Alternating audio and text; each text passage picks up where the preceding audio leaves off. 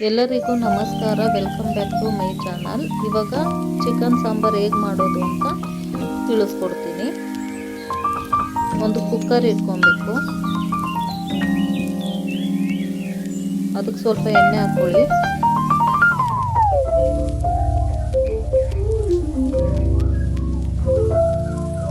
ಒಂದು ಸ್ವಲ್ಪ ಈರುಳ್ಳಿ ಕರಿಬೇವು ಹಾಕ್ಕೊಬೇಕು, ಚೆನ್ನಾಗಿ ಫ್ರೈ ಮಾಡ್ಕೊಬೇಕು. ಚೆನ್ನಾಗಿ ಫ್ರೈ ಮಾಡಿಕೊಂಡು ಗೋಲ್ಡನ್ ಕಲರ್ ಬಂದಮೇಲೆ ಶುಂಠಿ ಬೆಳ್ಳುಳ್ಳಿ ಪೇಸ್ಟು ಒಂದು 3 ಸ್ಪೂನ್ ಹಾಕ್ಕೊಬೇಕು. ಚೆನ್ನಾಗಿ ಫ್ರೈ ಮಾಡ್ಕೊಳ್ಳಿ. ಫ್ರೈ ಆದ ತಕ್ಷಣ ಚಿಕನ್ ತೊಳೆದಿಟ್ಕೊಂಡಿದ್ದೀನಿ, 1 kg ತೊಗೊಂಡಿದ್ದೀನಿ. ಚಿಕನ್ನು ಹಾಕ್ಕೊಂಡು ಚೆನ್ನಾಗಿ ಫ್ರೈ ಮಾಡ್ಕೊಬೇಕು. ಸ್ವಲ್ಪ ಅರಿಶಿನ ಹಾಕ್ಕೊಬೇಕು, ಸ್ವಲ್ಪ ಉಪ್ಪು ಹಾಕ್ಕೊಬೇಕು. ಚೆನ್ನಾಗಿ ಫ್ರೈ ಮಾಡ್ಕೊಳ್ಳಿ.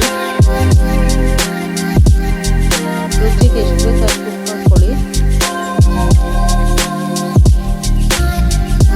ಚೆನ್ನಾಗಿ ಫ್ರೈ ಮಾಡಿಕೊಂಡು ಕಸ್ತೂರಿ ಮೇಥಿ ಸ್ವಲ್ಪ ಹಾಕ್ಕೊಂಡಿದ್ದೀನಿ.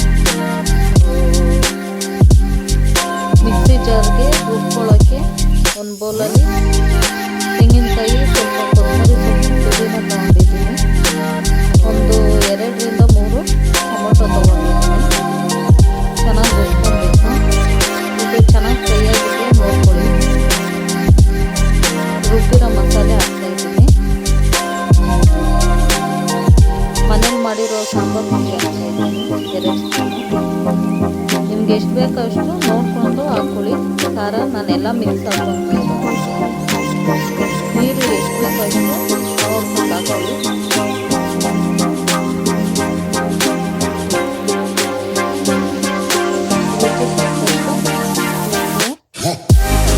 ನೋಡಿ, ನಮ್ಗೆ ಎಷ್ಟು ಬೇಕೋ ಅಷ್ಟು ನೀರು ಹಾಕ್ಕೊಂಡಿದ್ದೀನಿ.